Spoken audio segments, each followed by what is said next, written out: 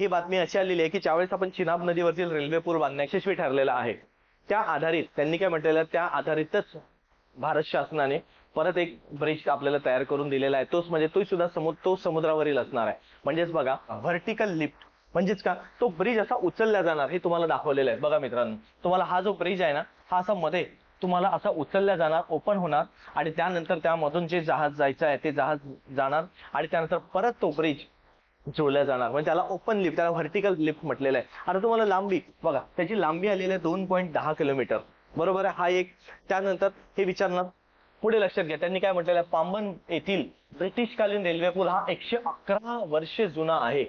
हे लक्षात घ्या, जो ब्रिटिशांच्या काळापासून आलेला जो 111 वर्ष जुना हा पूल आलेला आहे.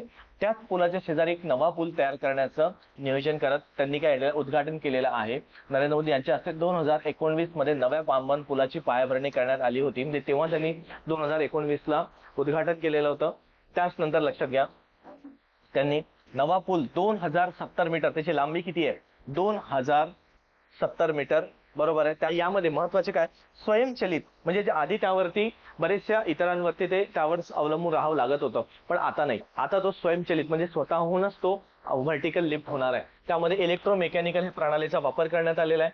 त्याचनंतर अवघ्या 5.5 मिनिटांमध्ये 72 मीटर लांबीचा हा भाग हा खालीवर करणे शक्य होणार आहे. म्हणजे इतके नवीन तंत्रज्ञान त्यात वापरण्यात आलेलं आहे.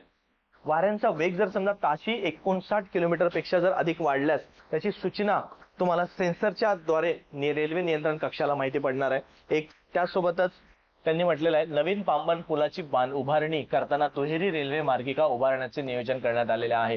बरोबर आहे. मग जुन्या पांबन पुलावर केवळ डिझेल इंजिनावरील ज्या रेल्वे गाड्या त्याच चालवण्यात येणार आहे.